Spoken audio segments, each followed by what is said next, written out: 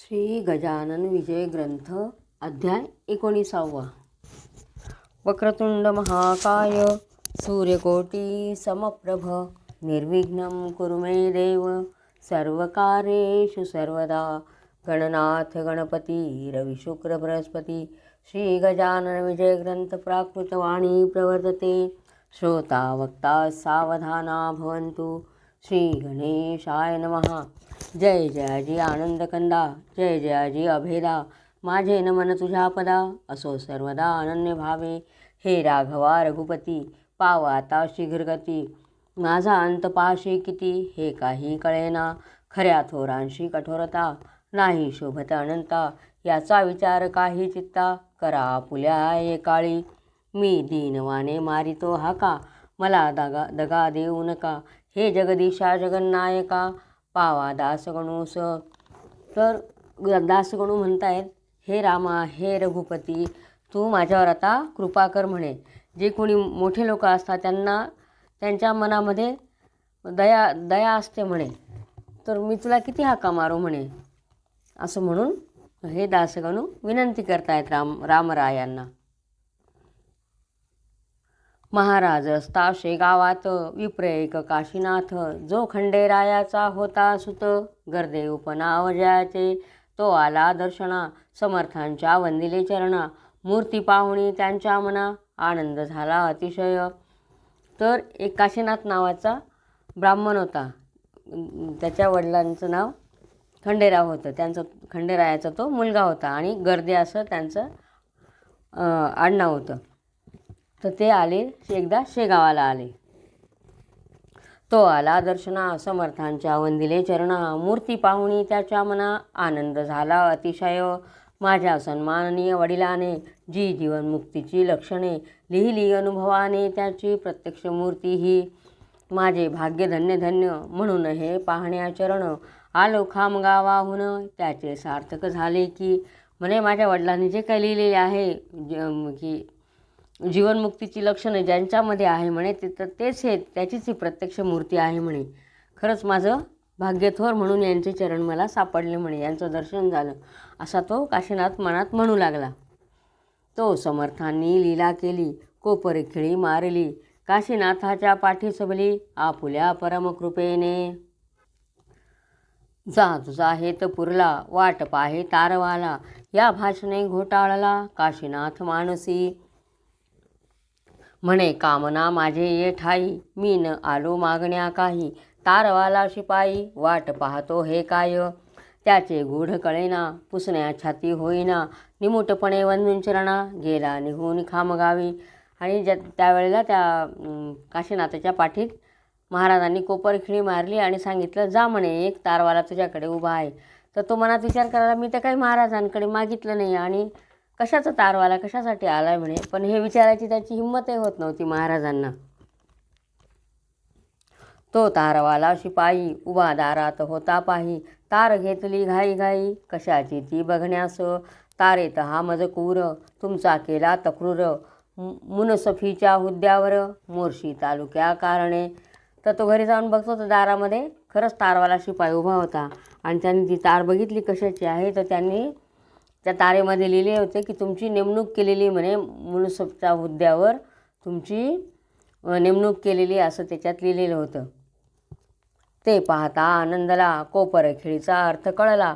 त्या काशीनाथ पंताला, पहा संतांचे ज्ञान कैसे.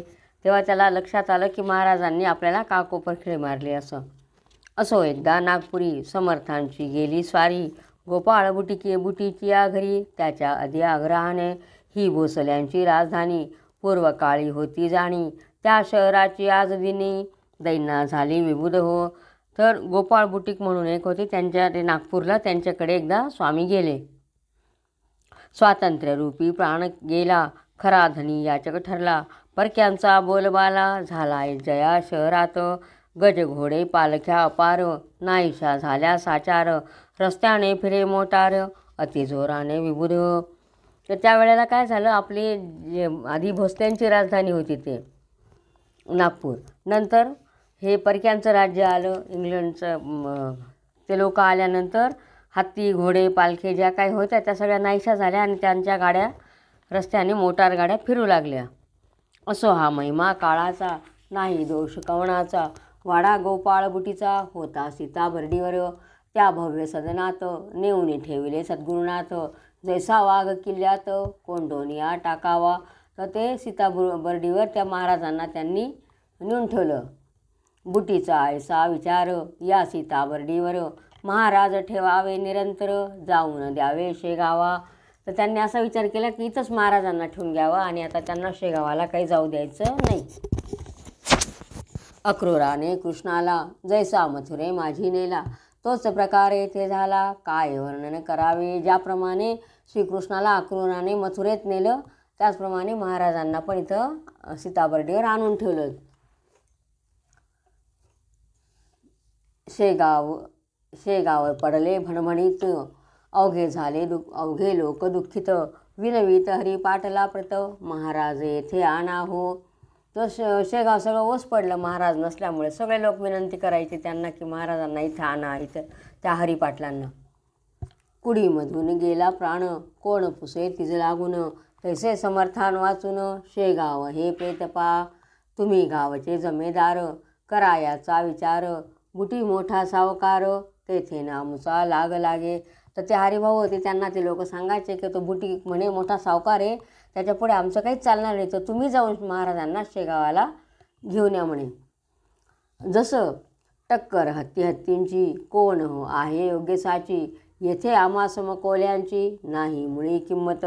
जसं म्हणे हत्तीच्या समोर हत्तीचीच टक्कर होऊ शकेल, कोला देईल का, तर नाही म्हणे. तसं तुम्हीच त्याला जाऊन आणू शकता म्हणे त्या बुटिकाकडून महाराजांना, असं तेच लोक सांगायला लागले. जंबूमाळीशी लढायाला, मारुती हाच योग्य ठरला. जिंकावया कर्णाला, झाली योजना अर्जुनाची. म्हणजे ज्याच्या त्याच्या योग्यतेप्रमाणेच ज्याला त्याला पार्टनर हे मिळाला पाहिजे म्हणे, प्रतिस्पर्धी. जसं कर्णाशी लढायला अर्जुनच योग्य होता, जंबूमाळीशी लढायला मारुती होतात. तसं तुम्ही नागपुरा प्रति जावे, समर्थांशी घेऊन यावे. आम्हा अवघ्यास सुख व्हावे, हीच आहे विनंती. इकडे बुटीच्या घरात, आजूर्दे राहिले संत. जेवी असताना पुरात, कृष्ण नाही आनंदला. महाराज म्हणती बुटीसी, जाऊ दे मजशे गावाशी. या आपुल्या भव्य सदनासी, ठेवून आम्हा घेऊ नको. महाराज त्याला सांगायचे घडी की मला जाऊ दे, पण तो काही येऊ देत नव्हता शेगावला महाराजांना. ते बुटी मुळीच मानिना, समर्था जाऊ देईना. अनागोंदीचा रामराना, बुटी वाटे निसंशय. बुटी भाविक होता जरी, अहंता नव्हती गेली खरी. श्रीमंतीचा गर्व भारी, त्याच्या ठाई वसत असे. बुटी भाविक होता, त्याच्या मनात भक्तिभाव होता, पण अहंकार होता त्याच्यामध्ये आणि गर्व होता श्रीमंतीचा. रोज ब्राह्मण भोजन, समर्थांपुढे सदा भजन. परी शेगावाचे येत जन, बंदी त्या तो करीत असे. रोज त्यांच्याकडे ब्राह्मण भोजन चालायचं, समर्थांच्या पुढे भजन कीर्तन चालायचं, पण शेगावचे लोक आले की तो त्यांना भेटू देत नसे. जाऊ न देई दर्शना, शेगावचे लोकांना. बिगर परवानगी श्रीमंत सदना, जाता नये कवणासी. तर त्या लोकांना भेटू देत नव्हता. शेगावचे लोक भले, जरी आणावया गेले, परी न काही उपाय चाले. गेले तसेच आले परत. इकडे भक्त पाटील हरी, काही मंडळी बरोबरी. घेऊन निघाला नागपुरी, समर्थांशी आणावया. बसला अग्निरथात, त्याच वेळी वदले संत. त्या गोपाळ बुटी प्रत, येणे रीती ते ऐका. अरे गोपाळा पाटील हरी, निघाला यावया नागपुरी. तो येण्याच्या आत परी, मला येथून जाऊ दे. तर तो हरी जो होता, त्याला शेगावच्या लोकांनी सांगितलं की म्हणे तुम्ही महाराजांना घेऊन या. तर जेव्हा ते निघाले आणि आगगाडीमध्ये बसले महाराजांना आणायला, त्यावेळेसच महाराजांनी त्या बुटीला सांगितलं की अरे आता तरी मला जाऊ दे म्हणे, ते लोक यायला निघालेत म्हणे. तो येथे आल्यावर शांतता नाही राहणार. तो पडला जमेदार, याचा विचार करावा. तुझ्या धनाच्या जोरावर उड्या या जाण निर्धारी. तो मनगटाच्या बळावरी, नेईन मजला येथून. तुझी श्रीमंती तुझ्याजवळ राहू दे म्हणे, तुझ्या धनाच्या बळावर ते काही नाही म्हणे, पण तो त्याच्या मनगटाच्या बळावर तो बळजबरी करून मला घेऊनच जाईल म्हणे, असं महाराज त्याला सांगायला लागले. हरी पाटील तेथे आला, शिपायाने अटकाव केला. परी तो न त्याने मानिला प्रवेश केला सदनात. तर ते हरी पाटील तिथे आले त्याला घ्यायला आणि त्यावेळेस शिपायांनी त्यांना अडवलं, पण ते त्यांना न जुमानताच प्रवेश याच्यामध्ये घरामध्ये आले म्हणे. ते गोपाळ बुटीच्या घरी पंगत होती थोर खरी. पाटील आल्याच्या अवसरी आले ब्राह्मण भोजना. ताटे चांदीची अवघ्यास शिसमाचे पाट बसण्यास. होत्या पातळ पदार्थास वाट्याजवळ चांदीच्या. तर त्यावेळेला त्या गोपाळ बुटीच्या घरी पंगत चालू होती ब्राह्मण भोजनांची आणि सगळ्यांना चांदीचे ताटं, शिसवाचे पाट बसायला आणि पातळ वस्तू वाढण्यासाठी चांदीच्याच वाट्या पण होत्या. नानाविध पक्वाने होती भोजना कारणे. मध्यभागा आसन त्याने मांडिले समर्थ बसण्यास. ऐशी बुटीची श्रीमंती तिचे वर्णन करू किती. ज्याला कुबेर बोलती लोक नागपूर प्रांतीचा. तर अशा प्रकारे त्यांनी आरस्तोल केलेला होता जेवणाचा आणि मध्यभागी महाराजांचं पाठ मांडलेला होता. आसन व्यवस्था केली होती महाराजांची आणि असा ते एवढा आरस्तोल जसा काही तो नागपूरचा कुबेरच होता तो बुटीक. असो हरी पाटील सदनात आले समर्था नेण्याप्रत. तो महाराजा निघाले धावत द्वारी त्यास भेटावया. वासरा गाय पाहुण जैसी येई धावण. तैसे स्वामी गजानन पाटलासाठी धावले. आणि ते हरी पाटील आल्यानंतर महाराजांनी त्यांना बघितलं आणि ते हरी पाटलाला भेटायला पळत सुटले. जशी एखादी गाय आपल्या वासराला पाहून पळते त्याप्रमाणे महाराज त्या पाटलांसाठी धावत गेले. चाल हरीशे गावासी येथे न मुळी राहणे मसी. तू आला न्यावयासी हे फार बरे झाले म्हणे. चल आता हरी मला इथून घेऊन चल, मला काही आता इथं राहायचं नाही, तू आला फार बरं झालं म्हणे. समर्थ जाऊ लागले ते गोपाळाने पाहिले. अनन्य भावे चरण धरिले समर्थांचे येऊन. विक्षेप माझा गुरुराया नका करू या समया. 2 घास खाऊन या घेऊन या इच्छित स्थळा मग जावे. तैसेच बुटी पाटलासी बोलू लागले विनयसी. तुम्ही घेऊन प्रसादाशी जावे हेच मागणे. येथे न राहती महाराज हे समजून आले आज. पंक्तीत माझी राखा लाज तुम्हीच पाटील येधवा. आणि मग तो बुटिकाने बघितलं की आता महाराज जात आहेत. तर तेव्हा त्यांनी त्यांचे चरण धरले आणि सांगितलं की 2 घास खाऊन घ्या आणि ह्या लोकांमध्ये तुम्ही असं न जेवता जर गेले तर माझी इज्जत जाईल म्हणे. तर तुम्ही आता न जेवता काही जाऊ नका आणि महाराजांना काय आता इथं राहायचं नाही म्हणे, मग तुम्ही घेऊन जा म्हणे. आताच समर्थ गेले जरी लोक उपाशी उठतील तरी. आणि अवघ्या नागपुरी टीका माझी होईल. भोजने होईपर्यंत महाराज राहिले तेथ. शेगावाची समस्त मंडळी पंक्तीस जेवली. आणि म्हणे तुम्ही जाता न जेवता नेले तर सगळे लोक उपाशीच निघून जातील म्हणे.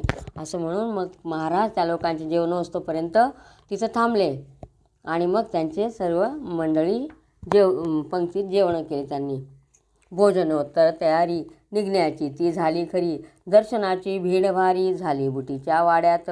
कुटुंब गोपाळ बुटीचे जनकाबाई नावाचे. परमभाविक होते साचे गृहलक्ष्मीच होती जी. तिने केली विनवणी महाराजांचे चरणी. माझा हेतू मणीच्या मणी बसू पाहतो गुरुराया. तर त्यांची पत्नी होती त्या गोपाळ बुटिकांची पत्नी जानकाबाई नाव होतं तिचं. आणि मग ती आली महाराजांना नमस्कार करायला आणि म्हटले मनातला माझा हेतू मनातच राहिला म्हणे. तई महाराज बोलले तुझ्या मनाज मी जाणितले. ऐसे म्हणून लाविले कुंकू तिच्या कपाळास. आणखी एक पुत्र तुला सद्गुणी होईल भरा. अंती जाशील वैकुंठाला सौभाग्य बाळे तू. आणि मग महाराजांनी तिच्या मनातली इच्छा ओळखली आणि तिला सांगितलं, कुंकू लावलं तिच्या कपाळाला आणि सांगितलं की तुला अजून एक सद्गुणी असा पुत्र होईल आणि मग शेवटी वैकुंठाला जाशील म्हणे, सौभाग्य सह जाशील म्हणे तू. ऐसा आशीर्वाद देऊन निगते झाले दयाघन. त्या सीताबर्डीहून आले रघुजीच्या घरी. हा भोसला राजा रघुजी उदार मनाचा भक्त गाजी. ज्याने ठेवल्या रामराजी आपुल्या शुद्ध वर्तणे. आणि मग महाराज तिथं आशीर्वाद देऊन निघाले आणि सीताबर्डीहून आले तर रघुजीच्या घरी आले. हा रघुजी म्हणजे हा भोसला राजा होता, असा उदार मनाचा होता तो. त्याचे लौकिकी राज्य गेले जे अशाश्वत होते भले. शाश्वत स्वरूपाचे आले सद्गुरू भक्तीचे राज्य घरा. उत्तम प्रकारचा आदर केला राजाने साचार. त्याचा घेऊन पाहुणचार राम टेकासी गेले पुढे. तेथे रामाचे दर्शन घेऊन आले परतून शेगावाच्या मठा जाण हरिपाटला समवेत. अशा प्रकारे महाराज रामटेकला सुद्धा जाऊन पुढे मग रामाचं दर्शन घेऊन आणि शेगावाच्या मठात हरिपाटलांबरोबर आले. दाहर कल्याणचे रंगनाथ जे थोर साधू मोगलाईत होते ते भेटण्याप्रत समर्थ आले शेगावी. अध्यात्माची बोलणी सांकेतिक केली दोघांनी त्याचा भावार्थ जाणण्या कोणी तेथे नव्हता समर्थ. श्री वासुदेवानंद सरस्वती कर्मयोगी ज्याची प्रीती कृष्ण तटाका ज्यांची महती माणगावी जन्म ज्यांचा. आणि मग कृष्णामाईच्या तटी जे होते श्री वासुदेवानंद सरस्वती तर त्यांची पुढे महाराजांना भेट झाली. ते येण्याचे अगोदर बाळाभाऊस साचार बोलते झाले गुरुवर स्वामी गजानन सिद्धयोगी. आणि ते त्यांना भेटीला येणार होते वासुदेवानंद सरस्वती. त्यावेळेला महाराजांनी आधीच सांगितलं म्हणे की ते आता मला भेटायला येत आहेत. अरे बाळा उदयिक माझा बंधू येतो एक मज लागी देख भेटण्या देख त्याचा आदर करावा. म्हणे माझा भाऊ मला आता भेटायला येतोय म्हणे तर त्याचा पण तुम्ही आदर सत्कार करा. तो आहे कर्मठ भारी म्हणून उद्या पंथांतरी चिंध्या न पडू द्या निर्धारी अंगण स्वच्छ ठेवारे चिंदी कोठे पडेल जरी तो कोपेल निर्धारी. जमदग्नीची आहे दुसरी प्रतिमा त्या स्वामींची. तर ते श्री वासुदेवानंद सरस्वती स्वामी आहेत ना म्हणे ते फार कर्मठ आहेत आणि त्यांना तर ते येतील ना ते त्यांना फार सोळं लागतं म्हणे. तर एखादी कापडाची चिंधीसुद्धा रस्त्यात राहू नका एकदम स्वच्छ झाडून घ्या म्हणे सगळे अंगण वगैरे असं महाराजांनी सांगितलं. की ते इतके कडक आहेत म्हणे की दुसरे जमदग्नी कसे होते एकदम कोपिष्ट ऋषी होते परशुरामाचे वडील तर तसेच हे दुसरे जमदग्नीच आहे म्हणे. तो कराडा ब्राह्मण शुचिरभूत ज्ञान संपन्न हे त्याचे कर्मठपण कवचापरी समजावे. ऐसे बाळास आदले दिवशी सांगते झाले पुण्यराशी तो एक प्रहर दिवसाशी स्वामी पातले ते ठाया. मग त्यांनी त्या सांगितलं तिथं असं आणि मग एक प्रहरामध्ये ते स्वामी आले तिथं. एकमेकांशी पाहता दोघे हसले तत्वता हर्ष उभयतांच्या चित्ता झाला होता अनिवार्य. एक कर्माचा सागर एक योगेश्वर एक मोगरा सुंदर एक तरु गुलाबाचा एक गंगा भागीरथी एक गोदा निश्चिती एक साक्षात पशुपती एक शेषशाही नारायण असे त्या दोघांचं वर्णन केलेलं आहे. स्वामी जेव्हा मठात आले तेव्हा गजानन होते बैसले आपल्या पलंगावरी भले चिटक्या व कराणे वाजवीत. ज्यावेळे महाराज येत होते तेव्हा महाराज आपल्या पलंगावर बसलेले होते. स्वामी महाराज जेव्हा आले त्यावेळेला आणि हाताने टिचक्या वाजवत होते. स्वामी येता चिटकी थांबली दृष्टादृष्ट दोघा झाली. तै स्वामींनी विचारली आज्ञा परत जावया फार बरे म्हणून गजानने तुकविली मान. स्वामी गेले निघून बाळास कौतुक वाटले बाळ म्हणे गुरुराया हे दृश्य पाहून या संशय उपजला चित्ता ठाया त्याची निवृत्ती करा हो. मग तर बाळा जे होते ते त्यांनी बघितलं की माझ्या मनात आता एक शंका आलेली म्हणे. त्यांचा मार्ग अगदी भिन्न तुमच्या या मार्गाहून ऐसे साच असून तुमचा बंधू कसा तो ऐसा प्रश्न ऐकिला समर्थ देती उत्तर त्याला. बरवा प्रश्न बाळा केला त्वाहा आज आम्हा ते म्हणे आता माझ्या मनात एक उत्तर प्रश्न आलेला आहे म्हणे असं ते बाळा सांगायला लागले. म्हणे कसं की हे एवढे कर्मठ आणि तुम्ही एवढे हे म्हणे साधे भाऊ आपला मार्ग अगदी वेगळा आणि ते एकदम कडक आहेत म्हणे तर तुमचा भाऊ कसा काय होऊ शकतो म्हणे तो. तेव्हा महाराज त्यांना सांगायला लागले ईश्वराकडे जाण्याचे 3 मार्ग असती साचे हे 3 मार्ग ज्ञानाचे गावा जाऊन मिळतात. स्वरूपे त्यांची भिन्न भिन्न दिसती पाहणारान कारण तेने घोटाळावरते म्हण पाहणारा शे साजेसा. म्हणे हे 3 मार्ग ज्ञानाच्या गावाला जाऊन मिळतात म्हणे. ते जरी वेगवेगळे असले तरीसुद्धा ते एकच आहे म्हणे तो मार्ग म्हणे. 16 ओळे संध्या स्नान ते एकाच ज्ञानाच्या गावाला जातात म्हणे. तर जसं 16 ओळे संध्या स्नान व्रत उपोषणे अनुष्ठान या कृत्यान लागून अंगे म्हणावी कर्माची. 16 ओळ संध्या स्नान उपोषण व्रत तप जप हे सगळं कर्माचं हे म्हणे सर्व अंग आहेत म्हणे सर्व. ही अंगे जो आचारी निरालसपणे खरी तोच समजावा भुवरी ब्रह्मवेत्ता कर्मठ. हे जो कोणी करतात तेच ते ब्रह्मवेत्ते आणि कर्मठ ब्राह्मण असतात, कर्मठ असतात म्हणे ते. अधिक न्यून येथे होता कर्ममार्ग न येहू हाता, म्हणून विषेत तत्परता ठेविले पाहिजे आचरणी.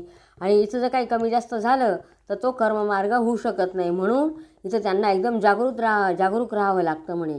आणि म्हणून ते त्यांचं असं कर्मठपणा सोळवळ हे सर्व आचरण करतात म्हणे. हे येथे एवढीच खबरदारी घ्यावी लागते जाण खरी, परान कारणे दुरुत्तरी कदा त्याने ताडू नये. तर इथं फक्त एकच हे घ्यायचं की कोणाला दुर्वचन असं बोलायचं नसतं म्हणे, सदा शांत राहायचं. आता भक्तिमार्गाचे ऐक हे लक्षण साचे, भक्तिपंथाने जाणाराचे मन पाहिजे शुद्धाती. आणि भक्तिमार्ग जो आहे तर त्याच्यामध्ये एकच फक्त लक्षण आहे त्याचं की भक्तिमार्गाने जो जातो त्याचं मन शुद्ध पाहिजे म्हणे. मलिनता मना ठाई अंशही राहिल्या पाही, त्याच्या हाता येत नाही भक्ती रहस्य बापा रे. मन शुद्ध पाहिजे किंवा मनात मलिनता आहे, दूषित आहे, तर ते त्याच्यातही काही आपल्याला साधत नाही म्हणे. तर भक्ती मनामध्ये येण्यासाठी आपलं मनच शुद्ध पाहिजे. तर मनामध्ये कसं पाहिजे? दया प्रेम लीनता अंगी पाहिजे तत्वता, श्रवणी पूजनी आस्था पाहिजे त्याची विशेष, मुखा माझी नामस्मरण करणे हरिस जाणून, ऐशी अंगे असती जाण त्या भक्ती मार्गाला. तर मन कसं शुद्ध पाहिजे? त्यांच्या मनामध्ये दया प्रेम आणि सदा लीनता पाहिजे. आणि श्रवण म्हणजे आपल्याला कथा वगैरे त्याचं श्रवण केलं पाहिजे. आणि याच्यामध्ये मुखामध्ये नामस्मरण आलेलं पाहिजे. असं जर असेल तर तो भक्तिमार्गाला लागू शकतो, तेव्हाच भक्ती आपल्या मनामध्ये उत्पन्न होऊ शकते म्हणे. या अंगास जो भक्ती करी त्यालाच भेटे श्रीहरी, भक्तिमार्गाची न ये सरी त्याच्या विधी सोपा असे. परी तो करण्या आचरण कर्माहुनी कठीण जाण, जेवी गगनाचे जवळपण नेत्रां लागी दिसत असे. तसं म्हणे हे आपल्याला जरी भक्तिमार्ग करायचा तो सोपा जरी वाटला पण ते कसं आहे म्हणे कर्माहून सुद्धा ते कठीण आहे भक्तिमार्गसुद्धा. ते कसं जसं आपल्याला आभाळ वाटतं जवळ आहे, पण आभाळ जवळ आहे का गगन तर लांबच आहेत म्हणे. आपल्या डोळ्यांना दिसतं ते जवळ आहे पण ते जवळ नसतं. त्याचप्रमाणे भक्तिमार्ग सोपा आहे पण ते आपलं मन जर शुद्ध असेल तरच ते सगळं मिळू शकतं. परी तो करण्या आचरण कर्माहुनी कठीण जाण, जेवी गगनाचे जवळपण नेत्रां लागी दिसत असे. आता योगमार्ग तिसरा सांगतो मी ऐक खरा, या योगमार्गाचा पसारा दोघांपेक्षा जास्त असे. भक्तिमार्गापेक्षा सुद्धा योगमार्ग हा अजून वेगळा आहे म्हणे. परी हा पसारा निश्चयसी आहे ज्याचा त्याचे पासी, योगमार्ग साधण्याची बाहेरचे नल्ल काही लागे. जेवढे आहे ब्रह्मांडात तेवढे आहे पिंडात, त्या पिंडातील साहित्य घेऊन योग साधावा. आसने रेचक कुंभक इडा पिंगलेचे भेद देख, धवती मुद्रा त्राटक कळले पाहिजे मानवा. तर हा योगमार्ग म्हणजे काय? शेवटी ती साधना करायची असते. आणि जसं पिंडात तेच ब्रह्मांडात, म्हणजे आपल्या शरीरात जे बाहेर जे आहे तेच ब्रह्मांडात आहे, तेच आपल्या शरीरात आहे. म्हणजे पिंडी ते ब्रह्मांडी हे असं असतं म्हणे. तर आपल्या शरीरामध्ये कुंडलिनी शक्ती असते, सुषुम्ना नाडी असते. तर जेव्हा आपली कुंडलिनी शक्ती जागृत होते त्यावेळेला ही साधना चालू होते आणि हा योगमार्ग होऊ शकतो. त्यावेळेला काही जे योगी असतात त्यांचे आसनं असतात, रेचक कुंभक किंवा इडा पिंगला हे सर्व त्यावेळेला कळतं म्हणे. तर ते योग करण्यासाठी आधी ज्ञान पाहिजे. कुंडली आणि सुषुम्ना यांचे ज्ञान पाहिजे जाणा, आधी योग करणाऱ्यांना तरीच तो साधेल. या तिन्ही मार्गांचे अंतिम फळ ज्ञान साचे, परी ते ज्ञान प्रेमाचे विणसता कामा नये. तर प्रेमाचं जर ज्ञान असेल आपल्या याच्यामध्ये तरच त्याचं शेवटी काय हे मिळतं म्हणे, आपल्याला त्याचं फळ मिळतं म्हणे. शेवटी भक्ती आणि हे पाहिजेच म्हणे योगमार्ग. जे जे कृत्य प्रेमाविन ते अवघे आहे शीन, म्हणून प्रेमाचे रक्षण करणे तिन्ही मार्गात. म्हणजे प्रेम म्हणजे भगवंताविषयी प्रेम असेल तरच या सगळ्या गोष्टी आपल्याला कळू शकतात. काळा गोरा खुजा थोर कुरूपा आणि सुंदर, हे शरीराचे प्रकार त्याची न बाधा आत्म्याते. आपण म्हणतो हा काळा आहे, हा गोरा आहे, हे असा आहे, जाड आहे, बारीक आहे, पण ते सर्व कशाचे प्रकार आहे? हे शरीराचे प्रकार आहेत. आत्म्याला त्याचं काय आहे का? आत्मा हा हे आहे म्हणे, आत्म्याचा काही नसतं म्हणे तिथं. आत्मा अवघ्यांचा आहे एक, तेथे न पडे कदा फरक. शरीर भेद व्यावहारिक, त्याचे कौतुक काही नसे. तीच या तिन्ही मार्गांची स्थिती तंतोतंत साची. बाह्य स्वरूपे भिन्न त्यांची, परी मूळ कारण एक असे. मुक्कामास गेल्यावर मार्गांचा न उरे विचार. जो मार्गी चालतो नर, महत्त्व त्याचे त्यास वाटे. तर हे कोणत्याही मार्गाने जा, फक्त भक्ती करावं देवाची. आणि हे आत्म्याला सर्व कळतं, शरीराचं त्याच्यात काही नसतं म्हणे. पंथ चालण्या आरंभ झाला, परी मुक्कामास नाही गेला. अशाचाच होतो भला तंटा पंथाभिमानाने. या तिन्ही मार्गांचे ते पांथ, मुक्कामी पोचल्या होती संत. मग तयांच्या संबंधात द्वैत नसे तुलेही. वसिष्ठ वामदेव जमदग्नी, अत्री पाराशर शांडिल्यमुनी. हे कर्ममार्गाच्या सेवनी मुक्कामासी पोचले.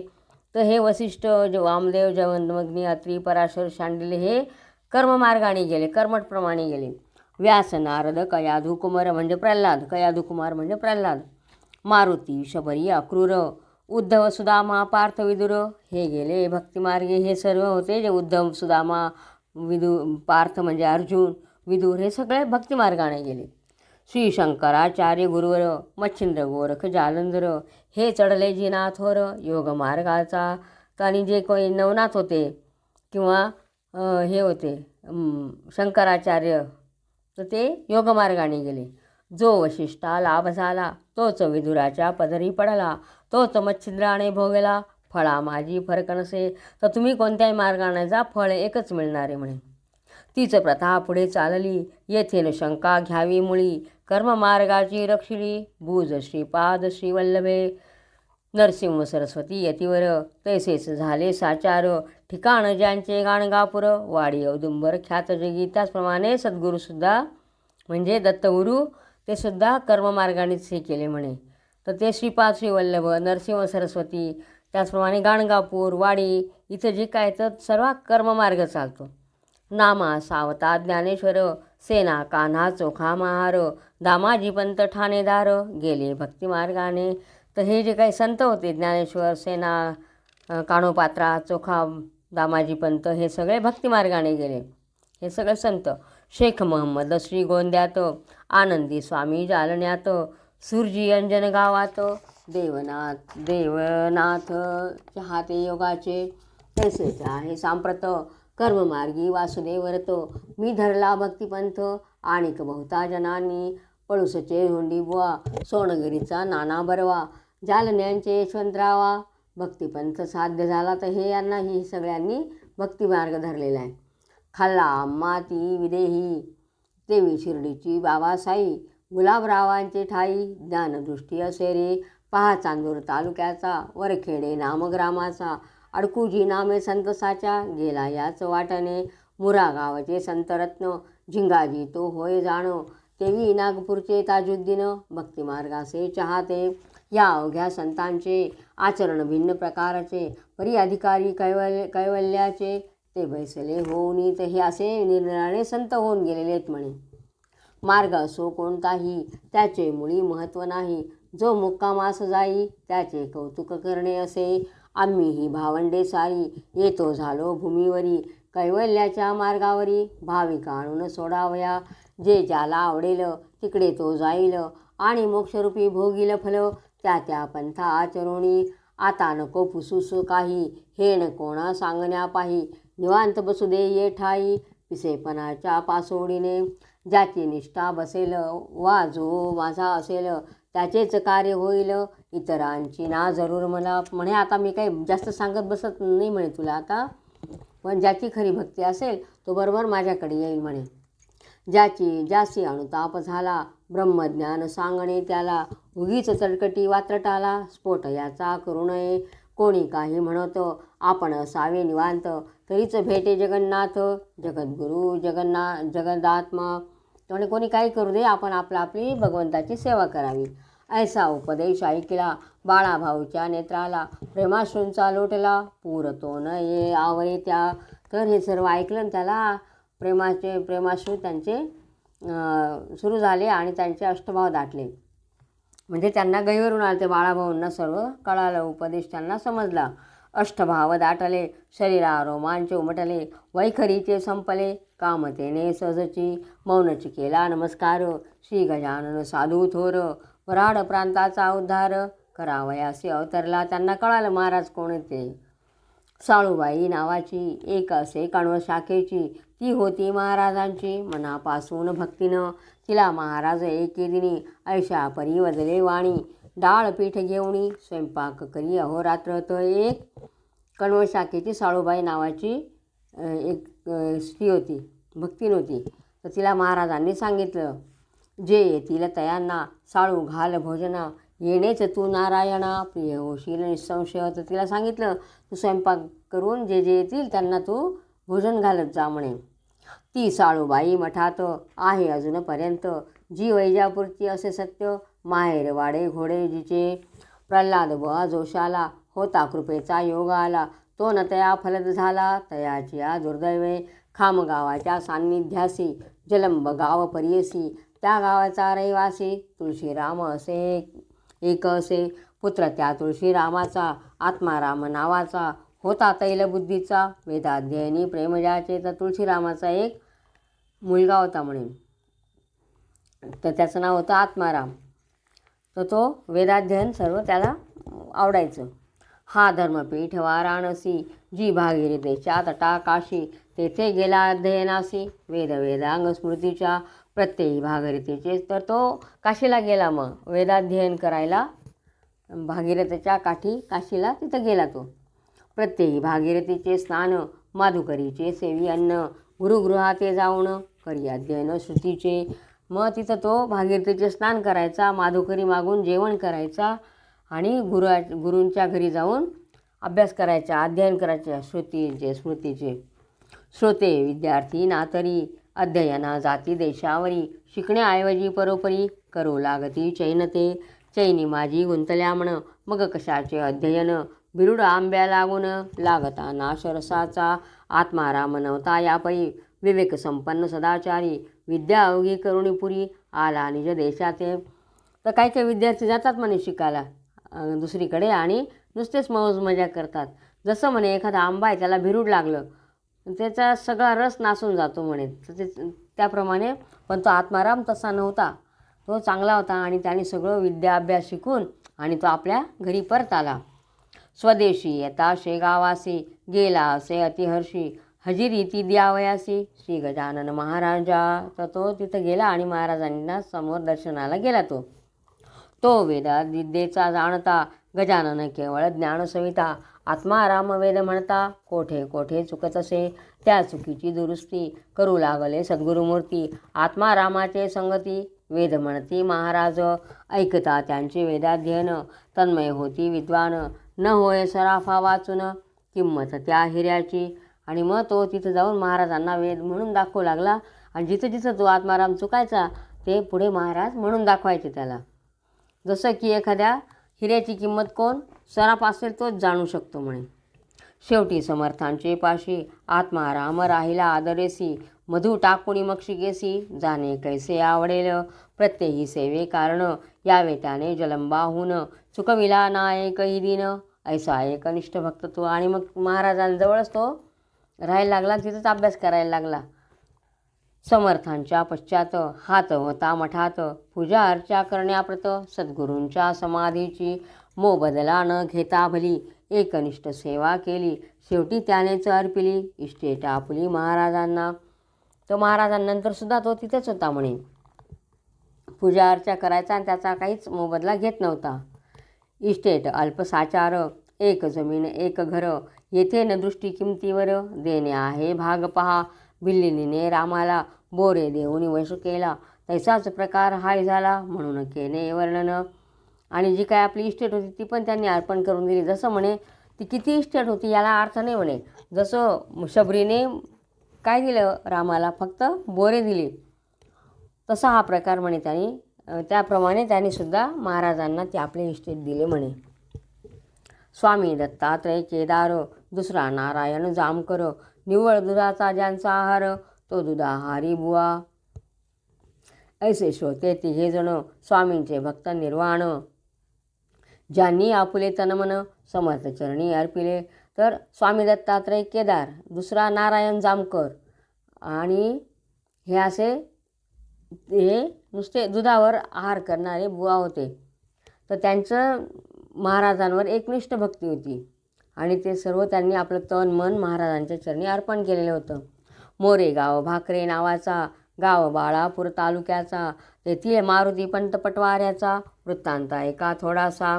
श्रोते, त्या मोरगावात मारुती पंतांच्या शेतात पिकांचे रक्षण करण्याप्रत तिमाजी नामे माळे होतात. मोरगावामध्ये मारुती पंतांच्या शेतात एक तिमाजी नावाचा माळे होता. तो माळी खळ्या भितरी निजला निशीच्या अवसरी, गाढ झोप लागली खरी ते अवसरी तयाला. उलटून गेले 2 प्रहर कुंभारांचे 10-20 खरं, खळ्यात येऊन दाण्यावर पडती असती पांड्याच्या. तर तो तिथं राखण होता आणि त्याला एक दिवशी काय झालं, दुपारच्या वेळेला गाढ झोप लागली आणि दुपारची दुसरा प्रहर उलटून गेला तरीसुद्धा त्याला काही जाग आलेली नाही. आणि त्याच वेळेला कुंभाराचे 10-20 गाढव आले आणि त्या दाण्यांवर खायला त्यांनी सुरुवात केली. राखणदार झोपी गेला, गर्दभासी आनंद झाला. ते खाऊ लागले जोंधळ्याला, राशीत तोंड घालून. हा पांड्या मारुतीपंत महाराजांचा होता भक्त, म्हणून सद्गुरुरायाप्रत लीला करणे भाग पहा. तथा हा मारुती जो होता तो महाराजांचा भक्त होता, म्हणून महाराजांना काहीतरी लीला करावी लागली. क्षणात जाऊनी मोरगावासी, हाका मारती तिमाजीसी, अरे जागा होई त्वरेसी, रासेसी गाढवी पडले त्या. ऐसे मोठ्याने बोलणं तिमाजी सुजागे कृण, महाराज पावले अंतर्धान, खळ्यामधून ते देवा. तर ते स्वप्नात गेले मग त्यांच्या आणि मोठ्याने आवाज दिला, अरे तिमाजी जागा हो म्हणे, गाढव लागले म्हणे खळ्यामध्ये. तिमाजी उठून पाहता गाढवे दिसली तत्वता, म्हणे काय करू आता, मालक रागे भरेल की, पिकाचे रक्षण करण्यासी त्याने ठेविले आहे मसी. विश्वासघात आज दिशी झाला त्याच्या माझ्या हाती, तो विश्वासला माझ्यावर मी निजता झालो निसूर, रासही निम्म्यावर खाऊन टाकली गाढवाने. तो घाबरला आणि त्यांनी बघितलं की मालकाने माझ्यावर विश्वास ठेवला आणि एवढे निम्मी खाऊन टाकलं म्हणे गाढवांनी, आता मला मालक नक्कीच रागवल म्हणे. आता समजूत मालकाची कोण्या रीती घालू साची, पहा त्यावेळी इमानाची किंमत होती लोकास. ना तरी हल्लीचे नोकर निमकराम शिरजोर, नफ्या तोट्याची तिळभर काळजी ना त्यांना मालकांच्या. तर म्हणे पूर्वीचे जे नोकर होते ते सुद्धा इमानदार होते म्हणे, त्यांना मालकाची सुद्धा किंमत होती. आणि आताचे नोकर म्हणे नमखाराम असतात, ते त्यांना कशाचे काही घेणं देणं नाही, मालकाला नफा हो किंवा तोटा हो, त्यांना काही काळजी नसते. तिमाजी तैसा नव्हता, हळहळ लागली त्याच्या चित्ता, म्हणे काय जाऊन सांगू आता मी पांड्या कारणे, काही असो चुकीची माफी मागितले पाहिजे साची, उदार बुद्धी मारुतीची आहे तो क्षमाच करील. तर तो म्हणे आता हे तर झालं ते म्हणे, आता ह्या जी चुकी झाली माझ्याकडून, मी झोपून गेलो आणि गाढवांनी एवढे दाणे खाल्ले म्हणे, तर आता मला जाऊन त्या मालकाची क्षमाच मागितली पाहिजे म्हणे. ऐसे मनाशी बोलणं उदयास येता नारायण, तिमाजी गावात येऊन पाय धरी पंतांचे. महाराज मग सकाळी तो गेला तिथं आणि पाय धरले त्याने, महाराज त्या पंतांचे पाय धरले. महाराज माझ्या झोपेनी बुडविले तुम्हा लागुनी, 10-20 गाढवानी येऊन रास खाल्ली की, ती नुकसान किती झाली ती पाहिली, खळ्या माझी जाऊनी भली पाहिजे मज वाटेल बरे. मारुती म्हणाले त्यावर, खळ्यात यावया साचार, वेळ ना मला तिळभर, मी निघालो शेगावा. मग तो मारुती म्हणाला म्हणे अरे मला काही वेळ नाही म्हणे खळ्यात यायला, जाऊ दे मग मी चाललो शेगावला म्हणे गुरूंच्या दर्शनाला. दर्शन घेऊन सद्गुरूचे त्या गजानन महाराजांचे, उद्या सकाळी धान्याचे काय झाले ते पाहिनं. ऐसे बोलून शेगावाला मारुती पंत येता झाला, दर्शनासाठी मठात गेला 10-11चे सुमारास. महाराज होते आसनावरी, जगू पाटील समोरी, बाळाभाऊ बद्धकरी बसला जवळ पाटलाच्या. मारुतीने दर्शन घेता केले हास्यवदन, तुझ्यासाठी मज कारण त्रास झाला रात्रीसी, तुम्ही माझे भक्त होता मला राखण्या लाविता, झोपाळू नोकर ठेविता आणि आपण निजता खुशाल. तेव्हा त्या मारुतीला महाराज सांगायला लागले हसून, अरे म्हणे तुमच्यामुळे माझी रात्रीची झोप बुडली ना, तुम्ही असे झोपाळू नोकर ठेवतात म्हणे आणि मला खुशाल जागा राहावं लागतं म्हणे, तुम्ही खुशाल घरी निजतात. मारुती काल रात्रीला खळ्यात ते माझी झोपी गेला, गाढवाळांचा सुळसुळाट झाला. तो रास भक्षू लागले. मग ते सांगायला लागले, अरे मारुती म्हणे, काल रात्री तुझा तो तिमाजी होता, तो झोपून गेला आणि गाढवांनी ते रास खाऊ लागले म्हणे. म्हणून मी जागे केले, जाऊन तिमाजीशी भले रास सांभाळण्यास सांगितले आणि आलो निघून, आणि मी जाऊन त्या तिमाजीला उठवून आलो म्हणे, असं महाराज त्याला सांगायला लागले त्या मारुती पंताला. ऐसी खून पटताक्षणी मारुतीने जोडून पाणी, मस्तक ठेवून या चरणी ऐसे वचन बोलला. आम्हा सरसी आधार, आपुलाचा आहे साचार, लेकराचा अवघा भार, मातेची या श्री असे. तेव्हा ते मारुतीला कळालं म्हणे, आणि त्यांनी चरणावर मस्तक ठेवलं आणि सांगितलं, महाराज म्हणे, तुमचा आधार आम्हाला आहे. जसा आईचा लेकरांना आधार असतो त्याप्रमाणे तुमचा आम्हालाच आधार आहे म्हणे. आमुचे म्हणून जे जे काही ते अवघेच आहे आपुले आई, सत्ता त्यावर नाही तुम्हावीन कवनाची, खळे आणि जोंधळा अवघाची आहे आपला, तिमाजी नोकर नावाला व्यवहार दृष्टी आहे. म्हणजे जे काय माझं शेत जे काय आहे ते सगळं आपलंच आहे म्हणे, असं तो महाराजांना सांगू लागला. ब्रह्मांडाचे संरक्षण आपण करता येथून, लेकरांसाठी त्रासपूर्ण माता सोसी वरच्यावरी, मी लेकरू आपुले म्हणून या आपण केले, खळ्यात ते जाऊनी भले मोरगावी संरक्षण, ऐसीच कृपा निरंतर स्वामी असावी माझ्यावर, आताच जाऊन करतो दूर नोकरीवरून तिमाजीला. म्हणे अशीच तुमची कृपा राहू द्या म्हणे, मी आता जातो आणि त्या तिमाजीला नोकरीवरून काढून टाकतो म्हणे. ऐसे बोलता मारुती कौतुक वाटले समर्थांप्रती, आणि भाषण केले येणे रीती ते आता अवधारा. आणि मग ते महाराज आता त्यातला काय सांगतात ते ऐका. छे छे वेड्या तिमाजीस, नको मुळीच काढूस, नोकरीवरून खास त्याचे वर्म सांगतो तुला, तिमाजी नोकर इमाणी खळ्यात गाढवे पाहुणी, दुःखी झाला असे म्हणी, ते म्या तेव्हाच जाणिले, रात्रीची हकीकत तुला सांगावया प्रत, आला होता भीत भीत सकाळी ना तुझकडे. अरे म्हणे, तू त्या तिमाजीला काही नोकरीवरून काढू नको म्हणे, तो असा इमानदार नोकरी म्हणे, आणि रात्री जे काय घडलं ते गाढवांनी धान्य खाल्लं तर ते तो तुला सांगायला पण आला होता म्हणे तुझ्याकडे, पण तू इकडे आला म्हणे शेगावला. तै तू म्हणाला असं त्याला, मी जातो आहे शेगावाला, उद्या सकाळी खळ्याला येऊन या पाहिनं. ऐसे गुरुवचन ऐकले मारुतीशी चोच झाले, पहा संतांचे कर्तृत्व भले कैसे आहे अगाध, गाढवे खळ्यात पडलेली कोणी न त्या सांगितली, ती अंतर्ज्ञाने जाणली कशी गजानन श्रोते हो. शके 1816 महाराज बाळापुरासी, असता गोष्ट झाली ऐसी, ती थोडकी सांगतो. बघा म्हणे किती लक्ष असतं महाराजांचं आपल्याकडे. त्याचप्रमाणे आता 1816 काय घडलं ते बाळापुराला ते सांगतो म्हणे. तेथे सुखलाल बन्सीलालाची एक बैठक होती साची, त्या बैठकीसमोर महाराजांची स्वामी बैसले आनंदात, मूर्ती अवघी दिगंबर, वस्ते वस्त्र नव्हते तिळभर, त्या पाहुणी भाविक नर नमन करून जात होते. तो होता हमरस्ता बाजारपेठेचा तत्वता, त्या पंथाने जात होता एक पोलीस हवालदार. तर बाळापुराला महाराज आले, तिथं ते एका रस्त्यात बसलेले होते. तर तिथं महाराज दिगंबर अवस्थेत होते, म्हणजे नग्न होते, आणि तिकडे सगळे येऊन जायचे, भाविक यायचे आणि त्यांना दर्शन घेऊन जायचे. पण तो रस्ता जो होता जिथं महाराज बसलेले होते तिथं तो पेठ होती मोठी, तर तिकडून सगळे लोक जात तिकडे एक पोलीस हवालदार आला म्हणे. नाव त्या हवालदाराचे नारायण असराजी होते साचे, समर्था पाहून डोके त्याचे फिरून गेले तात्काळ. होते त्याने बघितले महाराज तिथं बसलेले आहेत असं दिगंबर.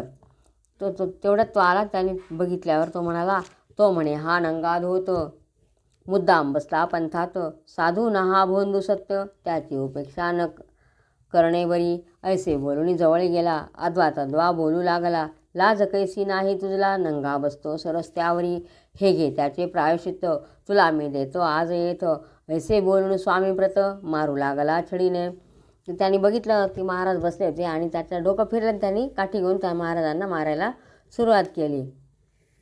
वळ पाठ पोटावरी उठते झाले निर्धारी, परी ना हवालदारावरी मारता हात आपुला.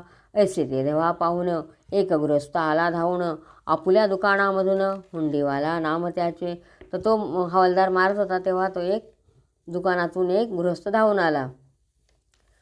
तो म्हणे, हे हवालदार तू विचार काही कर, उगेच सत्पुरुषावर हात टाकणे बरे नव्हे, अरे म्हणे हवालदारा, तू हात नको टाकू म्हणे, ते महाराज आहेत म्हणे. का की संतांचा कैवारी एक आहे श्रीहरी, वळ त्यांच्या पाठीवरी, उठले ते न का दिसती तुला, या कृत्याने तुझा अंत, जवळ आला अत्यंत, आजारीच मोडतो पथ्य, मरावया कारणे. तर म्हणे अरे एखादा आजारी असं त्याने जर पथ्य मोडलं तर तो मरेल म्हणे. तर आता वाटतंय की तुझाच काळ जवळ, अंत जवळ आलेला आहे म्हणे, तू महाराजांना म्हणून मारतोय म्हणे, असं तो सांगायला लागला तो उंडेवाला. तेच तू आज केले हे न काही बरे झाले, अजून तरी उघडी डोळे, माफी माग गुन्ह्याची. हवालदार म्हणे माफीचे कारण मसीन मागण्याचे, कावळ्याचे शापे साचे, काय ढोरे मरतील. अरे म्हणे कावळ्याच्या शापाने का डोळे मरतात, गुरं मरतात का म्हणे, मी कशाला माफी मागू म्हणे यांची.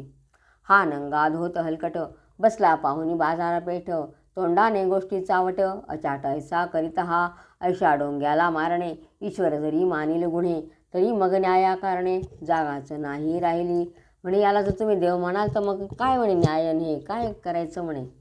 तेच पुढे सत्य झाले, हवालदार पंचत पावले, त्या बाळापूर नगरीत भले, आपण केलेल्या कृत्याने. तर तो काही दिवसांनी तो हवालदार होता बाळापुरामध्ये, तोच मेला म्हणे.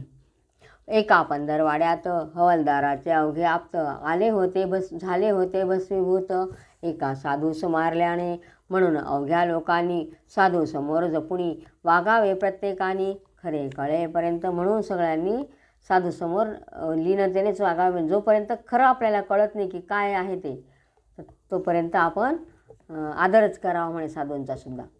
नगर जिल्ह्यात संगमनेर, प्रवरा नदीचे काठावर, गाव अति टुमदार, त्याचे वर्णन करावेना. तर प्रवरा नदीच्या काठावर एक नगर जिल्ह्यामध्ये संगमनेर नावाचं गाव आहे म्हणे. अनंतफंदी नावाचा कवी जेथे झाला साचा, तेथील हरी जाखड्याचा, ऐका तुम्ही वृत्तांत. तिथं आनंदफंदी नावाचे एक कवी होते, तर तिथं काय घडलं ते ऐका म्हणे. हा हरी जाखडी माध्यम दिन, होता यजुर्वेदी ब्राह्मण, गाव फिरून पोट आपुले भरीत असे, तो फिरत फिरत शेगावासी, आला समर्थ दर्शनासी, बसता झाला पायांपाशी, श्री गजानन स्वामींच्या. तो हजारो घेती दर्शन, कोणी ब्राह्मण भोजन, कोणी खडी साखर वाटून, नवस केलेला फेडती, तई हरे म्हणे चित्तासी, हा केवढा ज्ञानरासी, येऊन या पायापासी, विनमुख जाणे भाग मला, काकी दैव खडतर, माझे आहे साचार, निव्वळ पर्वत खडकावर, हरळ उगवेल कोठोणी. आज अन्न मिळाले, उद्याचे कोणी पाहिले, ऐसे करीत संपले दिवस माझे आजवर, संग्रहासी नाही धन, शेतवाडा मळा जाण, विनामुळीच विद्वान, मला कन्या कोण देईल. हे स्वामी गजानन, सच्चिदानंदा दयाघन, संसार सुखाची वासना, झाली म्हणी बलवत्तर, ती तू पूर्ण करावी, मुले लेकरे मला व्हावी, प्रथम बायको मिळावी, कुलीन आज्ञाधारक.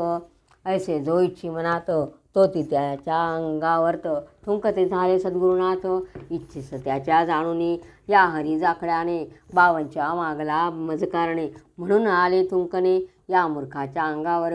तर तिथं लोक कोणी आपले जे काही नवस होते ते सर्व फेडत होते, आणि हा जो होता तिथं तो जाखडीत तो आला, आणि त्याने सांगितलं, त्याच्या मनात विचार आला, अरे म्हणे काय म्हणे लोक सगळं मागतायत, मला काय मिळणार आहे म्हणे, माझं लग्न होईल का, मला संसार सुख मिळेल का, हे सगळं त्याच्या मनामध्ये आल्यावर महाराजांनी त्यांच्या अंगावर थुंकले की काय बा माझ्याकडे काय मागतो हा म्हणे, बावच्या म्हणजे भिलावे. जसं काही संसारापासून लोक संसारातून विरक्त होतात, आणि हा काय मागतोय संसारापासून सुटावया, लोक भजती माझ्या पाया, याने येथे येऊन या संसार सुख मागितले, पहा जगाची रीत कैसी, अवघेच तिची संसाराची, सच्चिदानंद श्रीहरीसी, पाहण्यान कोणी तयार.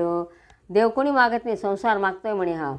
ऐसे आपणासी बोलले, पुन्हा जाकड्यासी पाहिले, जे जे तू इच्छिले, सांप्रतकाली मनात, ते अवघे होईल पूर्ण, पुत्र पौत्र तुझ लागून, होतील संग्रहासी धन, तेही थोडके राहील, जा आता परत घरा, सुखे करी संसारा, करीत असावा परमेश्वरा, आठवा वेड्या विसरू नको. जा म्हणे आता घरी जा, तुझं सगळं चांगलं होईल, तुला संसार सुख मिळेल. आणि म्हणे वेड्या संसार नको, संसारामध्ये काही नसतं, परमेश्वराला भजावं म्हणे, देवाची आठवण काढ म्हणे, संसारात नको गुंतू म्हणे, असं सांगायला लागले त्याला. ऐसे तयासी बोलून प्रसाद म्हणून थोडके धन दिले हरी जाकड्या कारण. लग्न स्वतःचे करावया थोडे धन पण दिले महाराजांनी त्याला पैसे आणि सांगितलं जा म्हणे तुझं लग्न कर आता. हरी जाकड्या संगमनेरी सुखी झाला संसारी. महाराजांची वाणी खरी ती कोठून खोटी होईल. ऐसाचा एक आणि मोन करो गोविंदाचा कुमार. रामचंद्र नामे साचार ओव्हरसीअरच्या हुद्द्यावरी. ते एक असाच एक निमोणकर होता म्हणे गोविंद कुमार नावाचा. बेद्रे वासुदेव सर्वेअर होता त्याच्याबरोबर. तो आणि निमोणकर आले मुकणा नदीवर. हा मुकणा नाला डोंगरात आहे सह्याद्री पर्वतात. इगतपुरी तालुक्यात बुध हो नाशिक जिल्ह्याच्यात. नाशिक जिल्ह्यामध्ये इगतपुरी तालुक्यामध्ये इथं हा मुकणा नाला आहे म्हणे इगतपुरी तालुक्यामध्ये. वनश्री ती रमणीय अति तिचे वर्णन करू किती. हरिण बालके बागडती निर्भयपणे काननात. तर असं रमणीय असं ते हे म्हणे अरण्य आहे म्हणे. फलभारे तरुवर वाकले असती अपार. अवन्य पशु फिरती स्वैर बिब्बट लांडगे ते ठाया. असं त्या मुकण्या नाल्यापासी जवळ एक खोऱ्यासी एक जलाच्या प्रवाहासी कपिलधारा नामक असे. तर त्या मुकण्या नाल्याजवळ एक खोरं आहे तिथं कपिलधारा असं एक जलाचा प्रवाह आहे त्याला असं कपिलधारा म्हणतात. तेथे प्रत्येक पर्वणीचं भाविक येती स्नानास. लौकिक त्याचा आसपास तीर्थ म्हणून पसरला असे. तर कपिलधारा हे एक तीर्थक्षेत्र झालेले आहे म्हणे ते. असो एका पर्वणीसी निमोन केले गेले स्नानासी. योगाभ्यास थोडा यासी येत होता विबुध हो. तो पूर्ण व्हावा म्हणून इच्छित होते त्यांचे मन. गोसावी वैराग्या लागून पुसू लागले तेथल्या. तर ते तिथं एकदा स्नानास गेलेले म्हणे. नाही नाही नाही नाही माहीत मात ऐकू येई सर्वत्र. तेथे निमोणकर चित्तात हताश पूर्ण झाला. काय करू देवा आता मला योगाभ्यास शिकविता. कोठे भेटेल तत्वता ती कृपा करून सांगणे. तर त्याला थोडाफार योगाभ्यास येत होता आणि त्याला पुढे अजून शिकायचं होतं पण त्याला कोणी भेटत नव्हतं. तो कपिलधारेवरी एक पुरुष देखील अधिकारी. ज्याचे हात गुडघ्यावरी येऊन सहज लागले. तर त्या कपिलधारे क्षेत्रावर एक अधिकारी पुरुष दिसला त्यांना योग्यतेचा. आणि ज्याचे हात अजानुबाहू म्हणजे गुडघ्याच्या खाली हात जे असतात ते अजानुबाहू. उंच बांधा मुद्रा शांत. बसला होता ध्यानस्थ त्यास घातले दंडवत. निमोणकराने अष्टांगेसी बराच वेळ झाला जरी. योगीन काही बोले परी अस्तमानाची वेळ खरी. समीप येऊ लागली हो. पोटीना अन्न तिळभर बिराड लागले बहुदूर. कपिलधारेचे धरुण नीर तुंब्यात गोसावी निघाले. तै निमोणकर म्हणे समर्था अंत माझा किती पाहता. ठाऊक असल्या योगाथा मशी काही शिकवा हो. तर ते बराच वेळ बसूनच होते ते योगी. आणि हे निमोणकर त्यांनी त्यांना साष्टांग दंडवत घातला आणि बसून राहिले. नंतर त्या योग्याचा योगाभ्यास झाला आणि ते उठून एका तुंब्यामध्ये पाणी भरून घेतलं आणि निघाले. तेवढ्यात ते निमोणकर तिथं गेले आणि सांगितलं म्हणे मला पण काहीतरी शिकवा असं. मला किती अंत बघता म्हणे असं सांगायला लागले ते. तो अखेर अस्तमानी बोलते झाले कैवल्यदानी. हा चित्रपट घेऊनी जा आपुले काम करी. षोडाक्षरी यावर मंत्र लिहिला आहे थोर.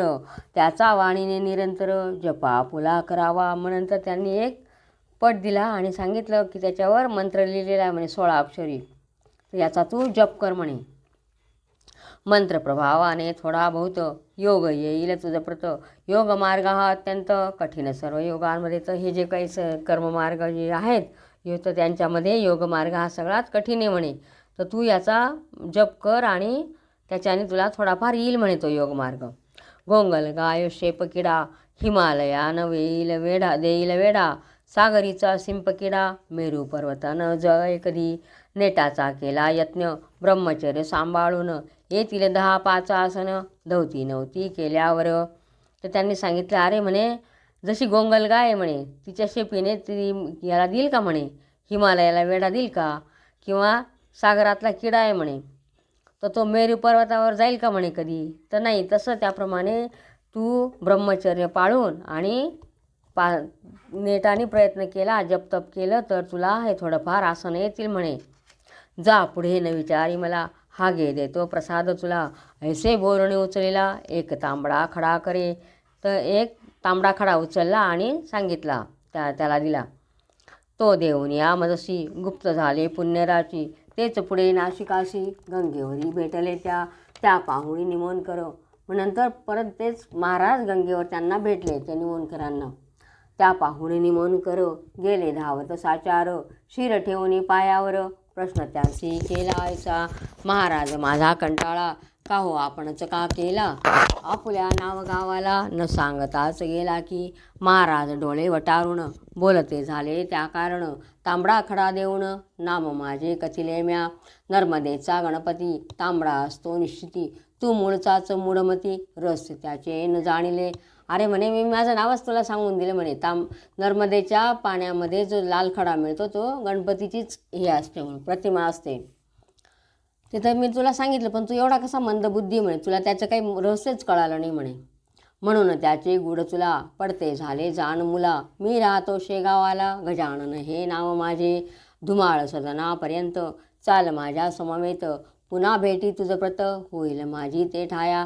तर मीच त्याचंच नाव गजानन म्हणजे मीच गजानन आहे म्हणे. म्हणजे गणपती म्हणजेच गजानन. मी शेगावाला असतो असं त्यांनी सांगून टाकलं त्यांना.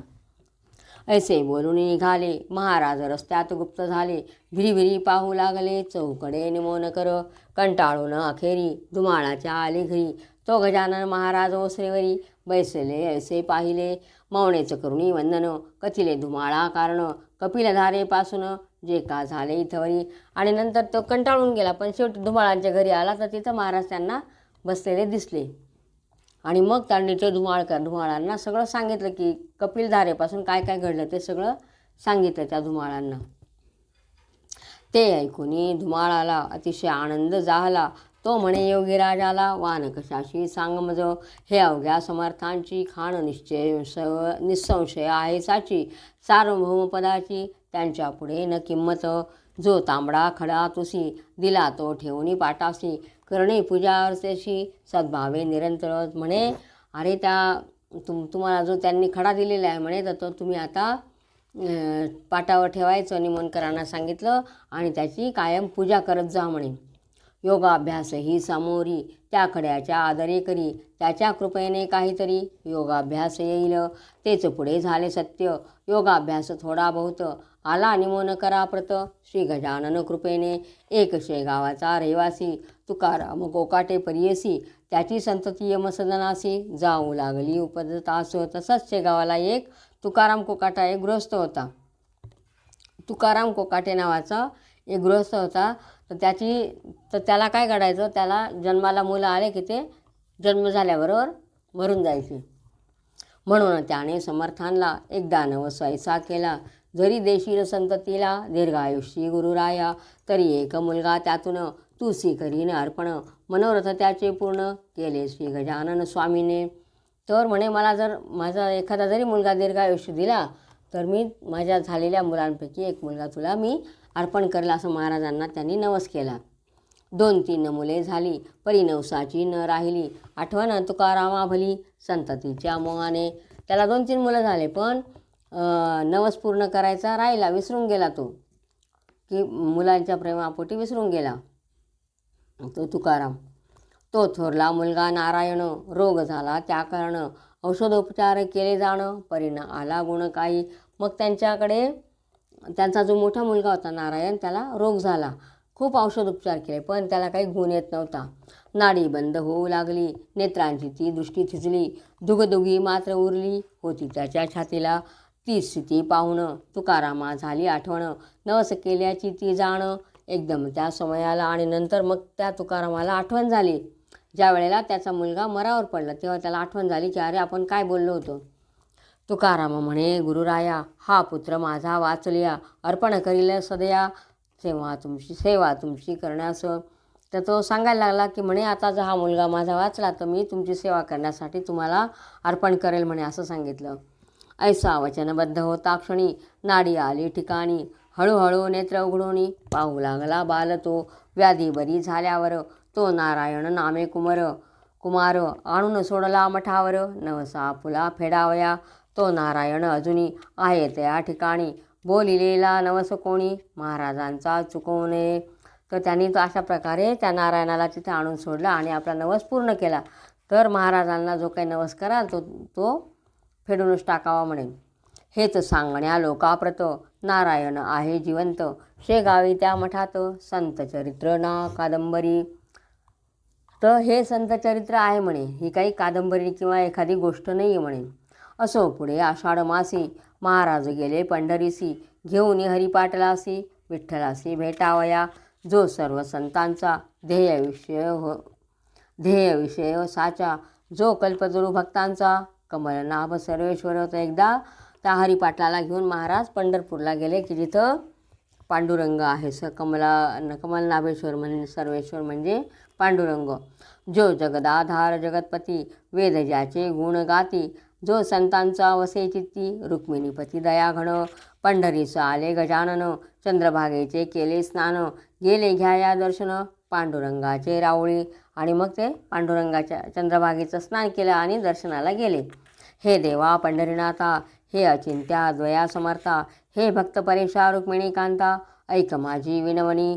तुझ्या आज्ञेने आजवर भ्रमण केले भूमीवर, जे जे भाविक होते नर, त्यांचे मनोरथ पूर्ण केले. आता अवतार कार्य संपले, हे तू जाणसी वहिले, पुंडलिक वरदा विठ्ठले, जाया आज्ञा करावी. देवा मी भाद्रपद मासी, जावया इच्छितो वैकुंठासी, अक्षयीचे राहावयासी, तुझ्या चरणा सन्निध. मग सांगायला लागले म्हणे, आता मला आज्ञा द्यावी म्हणे, आता मला हा अवतार संपवायचा आहे असे महाराज पांडुरंगांना सांगू लागले म्हणे. आणि या भाद्रपदामध्ये मला आता वैकुंठाला यायची इच्छा आहे म्हणे आणि तुझ्याजवळच राहायचं आहे म्हणे असं सांगायला लागले. ऐसे करुणी विनवणी समर्थांनी जोडिले पाणी, अश्रू आले लोचनी विरहरीचा सहावेना. हरी पाटील जोडून हाता पुसू लागला पुण्यवंता, अश्रू का हो सद्गुरुनाथा, आणले लोचना ये वेळा. किंवा मी काही सेवेला चुकलो आहे दयाळा, म्हणून आपणा खेद झाला ते सांगा लवलाही. आणि त्यांच्या डोळ्यातून अश्रू वाहू लागले. हे पाहून तो हरिपाटील होता, तो सांगायला लागला महाराजांना, महाराज तुमच्या डोळ्यातून का पाणी येते म्हणे, का माझं काही चुकलं का, मी सेवेमध्ये काही कमी राहिले का असं म्हणायला लागला तो गजानन महाराजांना. महाराज म्हणाले त्यावर, हरिपाटलाचा धरुणी कर, सांगितले तरी न कळणार, त्याचे वर्म बापा तुला मी काय सांगणार, हे तुला काही कळणारच नाही म्हणे. चाल आता शेगावाला, तर मी काय सांगणार आहे ते तुला आता कळणार नाही म्हणे. तो विषय खोल भारी, तू न पडावे त्या भितरी, इतकेच सांगतो श्रवण करी, संगत माझी थोडी असेल तर तुला आता तो विषय फार मोठा आहे म्हणे, सखोल आहे म्हणे, तर तुला काहीच समजणार नाही. आता फक्त एकच आहे म्हणे, आता माझी संगत तुला थोडीशीच लाभणार आहे म्हणे. चाल आता शेगावाला, तू आपुल्या ठिकाणाला, तुमच्या पाटील वंशाला काही न कमी पडेल. पंढरीचे मावंदे केले, शेगावा माझी भले, चित्त चिंतेने व्याप्त झाले, मात्र हरिपाटलाचे. तर त्यांचं ते बोलणं ऐकून तो बिचारा हे झाला, हरिपाटील चित्त विचलित झालं त्यांचं. पंढरीचे मावंदे केले, शेगावा माझी भले, चित्त चिंतेने व्याप्त झाले, मात्र हरिपाटलाचे. तो म्हणे मंडळीस, महाराज बदले पंढरीस, संगत राहिली थोडे दिवस, माझी विठूच्या रावळी. पुढे श्रावण मास गेला, क्षीणता आली तणूला, पुढे भाद्रपद मास आला, काय झाले ते ऐका. आणि तो हरिपाटील लोकांना सांगायला लागला की महाराज म्हणाले की आता आपली संगत थोडी राहिली. तर श्रावण मास गेला आणि महाराजांच्या जे शरीर होतं ते क्षीण व्हायला लागलं. गणेश चतुर्थीचे दिवशी महाराज म्हणाले अवघ्यांसी, आता गणपती बोळवण्यासी यावे तुम्ही मठात. कथा गणेशपुरात ऐशापरी आहे ग्रंथित, चतुर्थीच्या निमित्त पार्थिव गणपती करावा, त्याची पूजा अर्चा करून नैवेद्य करावा समर्पण, दुसऱ्या दिवशी विसर्जन बोळवावा जलामध्ये. लोकांना सांगायला लागले गणेश चतुर्थीचा जो गणपती म्हणे तर त्याची आता बोळवण्याची तयारी करा म्हणे. गणेश पुराणात अशीच कथा आहे म्हणे, चतुर्थीच्या निमित्ताने पार्थिव म्हणजे मातीचा गणपती आणायचा आणि त्याची पूजा अर्चा करून नैवेद्य अर्पण करून आणि दुसऱ्या दिवशी विसर्जन करायचं पाण्यामध्ये, असं असतं म्हणे. तो दिवस आज आला, तो साजरा पाहिजे केला, या पार्थिव देहाला तुम्ही बोळवा आनंदे. तर आता हा माझा देहसुद्धा पार्थिवच आहे म्हणे, तर आता माझीसुद्धा तुम्ही आता बोळवण करा. दुःख न करावे यत्किंचित, आम्ही आहो येथे स्थित, तुम्हा सांभाळण्याप्रती सत्य, तुमचा विसर पडणे नसे. हे शरीर मग तर म्हणे आता माझीच तुम्ही आता बोळवण करा म्हणे. हे शरीर वस्त्रापरी बदलणे आहे निर्धारी, ऐसे गीताशास्त्रांतरी भगवान वदला अर्जुना. जसं हे शरीर हे एक प्रकारचं वस्त्र आहे म्हणे, तर ते बदलावं लागतं म्हणे. हे गीतेमध्ये सांगितलेलं आहे म्हणे. अर्जुनाने आपलं श्रीकृष्णाने अर्जुनाला सांगितलेलं आहे की हे शरीर वस्त्ररूपी शरीर हे शरीररूपी वस्त्र हे बदलावायला पाहिजे म्हणे. आता जे जे ब्रह्मवेत्ते झाले त्यांनी ऐसेच केले. शरीर वस्त्रांशी बदलले हे काही विसरू नका. चतुर्थीचा अवघा दिवस आनंदा माझी काढीला खास. बाळाभाऊच्या धरले करास आसनी आपल्या बैसविले. मी गेलो ऐसे मानू नका. भक्तीत अंतर करू नका. कदा मज लागी विसरू नका. मी आहे त्याची. आणि त्यांनी चतुर्थीचा दिवस गेला आणि बाळाभाऊंच्या हाताला धरलं आणि सांगितलं की मला आसनावर बसवा म्हणे. आणि मी गेलेलो हे तुम्ही मानूच नका म्हणे. भक्तीत काही अंतर करू नका असं सर्व सांगायला लागले. ऐसे भाषण करून योगे रो दिला असे प्राण. दिला मस्तकी ठेवून त्या महात्म्या पुरुषाने. शक्य 1832. आणि मग योग हे केला म्हणे.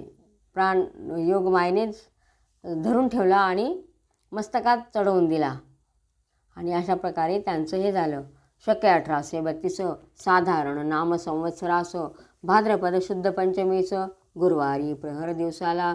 भाद्रपदातली जी शुद्ध पंचमी होती त्या दिवशी गुरुवार होता आणि त्याच्या पहिल्या प्रहरात त्यांनी हे केलं प्राणाचं. प्राणरोधिता शब्द केला. जय गजानन ऐसा भला. सच्चिदानंदी लीन झाला. शेगावा माझारी. देहाचे ते चलन वलन पार गेले मावळून. स्वामी समाधिस्थ पाहून लोक हळहळू लागले. पुकार झाली गावात. स्वामी झाले समाधिस्थ. ऐसी ऐकता मात. हृदयपेटीती नारी नर. आणि सगळीकडे हाहाकार झाला की स्वामी गेले बा असं. सगळे लोक शोक करायला लागले. गेला गेला साक्षात्कारी. चालता बोलता श्रीहरी. गेला गेला कैवारी. आज दिन जनांचा. गेला मुचा विसावा. गेला मुचा सौख्य ठेवा. विजाला का हा ज्ञानदिवा. कालरूपी वाऱ्याने. अहो गजानन स्वामी समर्था. आता आम्हास कोण त्राता. का रे इतक्यात पुण्यवंता. गेला आम्हास सोडून. शोक करायला लागले आणि रडायला लागले ते लोक. मार्तंड पाटील हरी पाटील. विष्णुसा बंकटलालू. ताराचंद प्रेमळ. भक्त स्वामींचा जो असे. श्रीपतराव कुलकर्णी. मठा माझी जमले जाणी. विचार केला ओघ्यांनी. ऐशा रीती श्रोते हो. आज आहे पंचमीचा दिवस.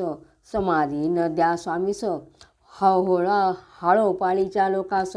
येऊ द्या हो दर्शन. आज काही समाधी देऊ नका म्हणे. होळापाळीचे लोक आहेत त्यांना येऊ द्या. सगळ्यांना दर्शन घेऊ द्या. आता पुढे ही मूर्ती लोपणार आहे निशिती. अस्तमानापर्यंत ती लोकांची ती वाट पहा. ज्यांच्या नशिबी असेल त्यांना दर्शन घडेल. नका करू आता वेळ. जासूद धाडा सोहीकडे. सगळीकडे जासूद पाठवा म्हणे आणि बोलवा म्हणे सगळ्या लोकांना. गोविंद शास्त्री डोणगावाचे एक विद्वान होते साचे. ते बोलले आपुल्या वाचे. सर्व लोकांचे नैरीती. त्यांच्या आवडत्या भक्तांशी ते दर्शन देतील निश्चयसी. तोपर्यंत प्राणासी मस्तकी धारण करतील. त्यांचे जे आवडते भक्त आहे त्यांना ते नक्कीच दर्शन देतील म्हणे. तोपर्यंत त्यांचा प्राण मस्तकात धरून ठेवतील म्हणे ते. त्याची प्रचिती पहावया. नको कोठे लांब जाया. पहा लोणी ठेवून या. यधवा मस्तकी स्वामींच्या. लोणी ठेवता शिरावर. म्हणे आता लोणी ठेवून बघा म्हणे डोक्यावर की प्राण आहे का नाही. लोणी ठेवता शिरावर. ते पगळू लागले निर्धारी.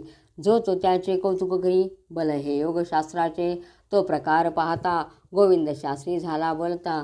एक दिवसाची काय कथा. ते राहतील वर्षभर. अहो एक दिवस काय म्हणे ते वर्षभर सुद्धा राहतील म्हणे योगमायेने. निसंशय अशा स्थितीत परी हे करणे अनुचित. आवडते अवघे आलिया भक्त. समाधी द्या स्वामीला. ते निघण्यास मानवले. ते अवघ्यास मानवले. स्वामींपुढे आदरे भले. भजन त्यांनी मांडले. हजार टाळ जमला हो. मग सगळे लोक तिथं भजन म्हणू लागले. दूरवरच्या भक्ताप्रत स्वामी जाऊन स्वप्नात. आपुल्या समाधीची मात. कळविते झाले विबुध. आणि सगळे दूरच्या भक्तांच्या स्वप्नात स्वामी गेले आणि त्यांनीच सांगितलं त्यांच्या समाधीची हे बातमी. तया ऋषी पंचमीला अपार मेळा मिळाला. लोकांचा तो शेगावाला. घ्याया दर्शन स्वामींचे. रथ केला तयार. दिंड्या आल्या अपार. सडे घातले रस्त्यावर गोमयाचे बायांनी.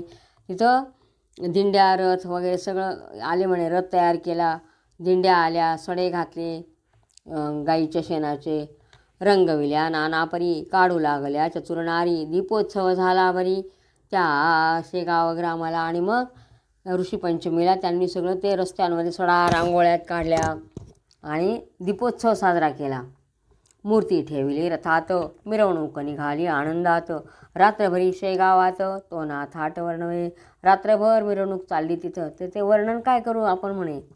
वाद्यांचे नाना प्रकार, दिंड्या मिळाल्या अपार, होऊ लागला भजन गजर विठ्ठलाच्या नावाचा.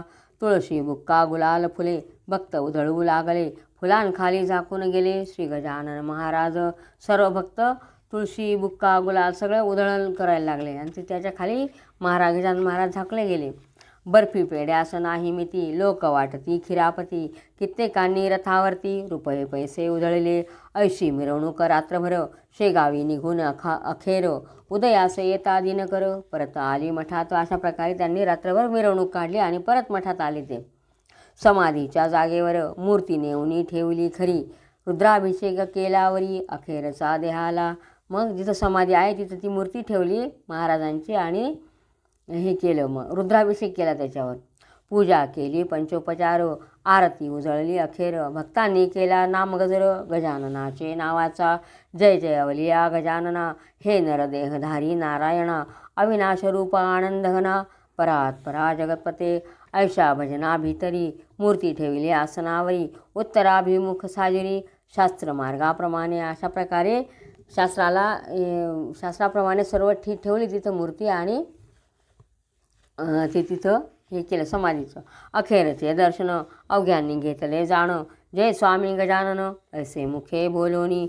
मीठ अर्गजा अबीर यांनी ती भरली गार, शिळा राहुणी केले द्वार, बंद भक्तांनी शेवटी. 10 दिवसपर्यंत समाराधना चालली तेथ, घेऊन गेले असंख्यात लोक स्वामींच्या प्रसादा. खरोखरीच संतांचा अधिकार तो थोरसाचा, सार्वभौम राजाचा पाड नाही त्याच्या पुढे. तर त्यांनी मग तिथं ती मूर्ती आणली, नंतर तिथं मीठ हे सर्व ठेवलं, अर्गजा अबीर सर्व ठेवलं आणि नंतर त्याच्याने ते भरलं आणि दगडवरती शिळा जी होती तिच्याने ते द्वार बंद केलं आणि त्यांनी सर्वांनी दर्शन घेतलं आणि ती शेवटी शिळा लावून द्वार बंद करून टाकलं. आणि मग 10 दिवसांपर्यंत समाराधना म्हणजे हे चाललं भोजन, हे चाललेलं प्रसाद वाटप चालला, अन्नदान चाललं. समाराधना म्हणजे अन्नदान चाललं 10 दिवसांपर्यंत आणि सर्व लोकांनी तिथं प्रसाद घेतला आणि गेले आपल्या ह्याच्यात. तर असे हे गजानन महाराजांचं खरंच ते संत असं. स्वस्ती श्रीदास वनुचितम, श्री गजानन विजय नामे ग्रंथ, भाविका दाव सत्पथ, भक्ती हरीची करावया. शुभम भवतु श्री गजानन विजय ग्रंथ. 19 अध्याय समाप्त. श्री गजानन महाराज की जय.